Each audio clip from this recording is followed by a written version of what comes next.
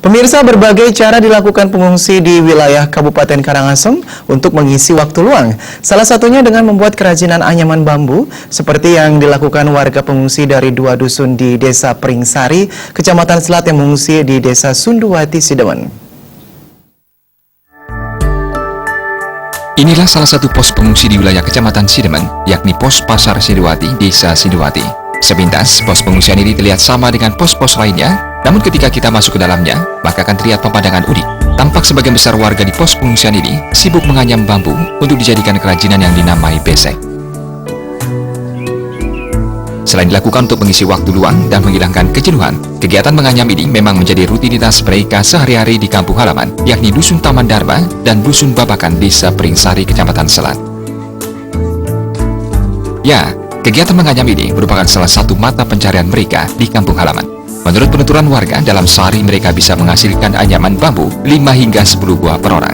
Anyaman ini dijual dengan harga bervariatif dari 3.000 hingga 10 ribuan dan diambil langsung oleh pembeli atau pemesan ke pos pengungsian. Miki sempat 3 hari kan melaksanakan cerita Miki, tapi pun jenuh rasanya. Jam tak izinkan kepala desa Miki mengizinkan menurunkan kegiatan lah, menghilangkan rasa jenuh, rasa stres, tidak ical lah nih, jangan terus sanggup dulu dan kalau ini dia mulus. Dan siki ini kudu rasanya. Siki 3.000. Oh 3.000. Ini aneh sedang-sedang. Iya nani agang-agang nih kan? Sesuai 3.000 rupiah, sebangkel. Balik. Berarti mati mana rasanya sok sarang lumpia ya kan? Setiap hari tiang ulang. Setiap hari. Kudu boleh dalam sehari. Boleh nang 7, boleh nang 6 menikah. Ini kan kegiatan sehari-hari di kampung sebenarnya ini. Sehari-hari apa? Sementara itu terkait logistik di pos ini, bantuan dari relawan sudah terus berdatangan, namun warga tetap mengharapkan bantuan utamanya logistik berupa bahan makanan seperti bumbu dapur dan sayuran, termasuk juga persediaan gas.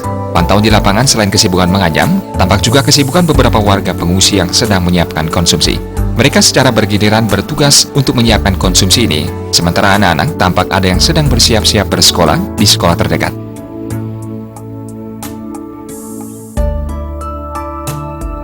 Garkita Bali TV.